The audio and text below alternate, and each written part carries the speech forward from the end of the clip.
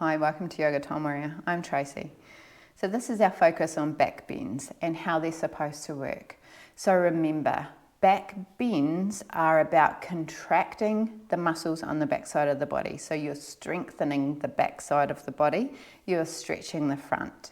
There are always variations to that, but that's the overall rule. So I'll give you a few examples now just to show you what you really need to be focusing on.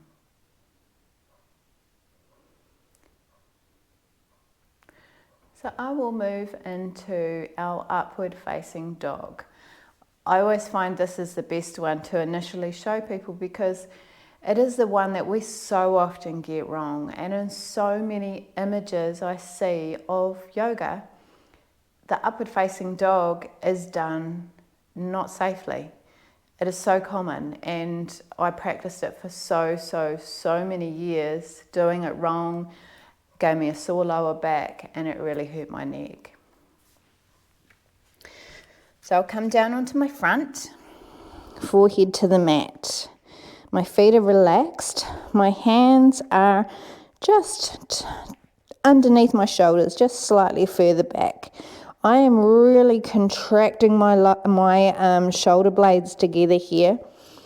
I'm focusing on lengthening my neck, and as I prepare to come up, I complete an exhale.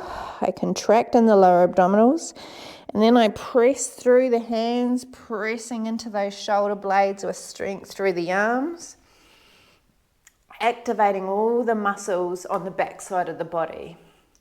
So I'm not just activating the shoulders, I'm activating through the shoulder blades, the muscles down through the spine. I'm activating through the lower back, but then I'm also contracting into the buttocks and the backs of the legs too. Don't forget though, on our exhale, we are always contracting the lower abdominal muscles. It is super critical here because what that ensures is that you are not collapsing down into that lower back. If you arch too deep, you are compressing your vertebrae in your spine and you are going to hurt your lower back like I did for so long. Also think about here what I'm doing with my neck. This is also compressing the vertebrae in my neck. We want our neck to be nice and long. We're always lengthening through our spine, not compressing our vertebrae. Just having a slight break there.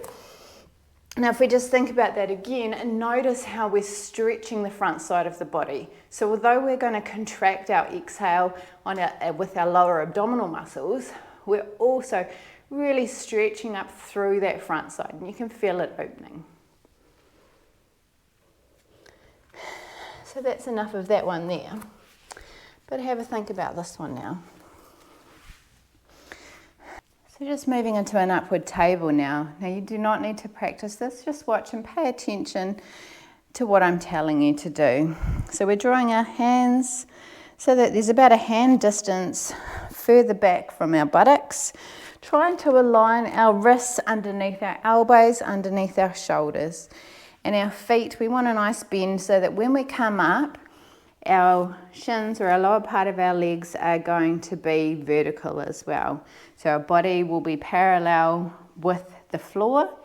If we can lift up through our hips, that's fine. I find a flat tabletop position is as good as I can get. And I'm happy with that. It's quite a strong posture. So always with our back bends, we're coming up on an inhale because we're expanding into our chest and really lifting through the front side of the body. Always to prepare, we exhale to contract the lower abdominals. And then here we are pressing through our feet to lift our hips high.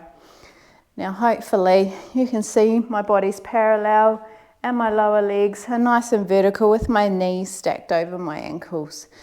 My alignment of my neck, I'm not hanging my head back. I want to keep that spine nice and long and no compressing through my neck. Now think about here the fact that my feet are pressing into the mat. And each inhale, I lift again pressing through the feet, feeling the backside of the body contracting. So backs of the legs, buttocks, lower back. I'm pressing through the arms, so I'm contracting my shoulder blades, contracting through my shoulders. There's a lot of strength going on here. So each exhale, you slightly relax a little bit, contracting those lower abdominals, restabilizing into that lower back, and inhale to lift, drawing the shoulders away from the ears, trying to really lengthen that spine.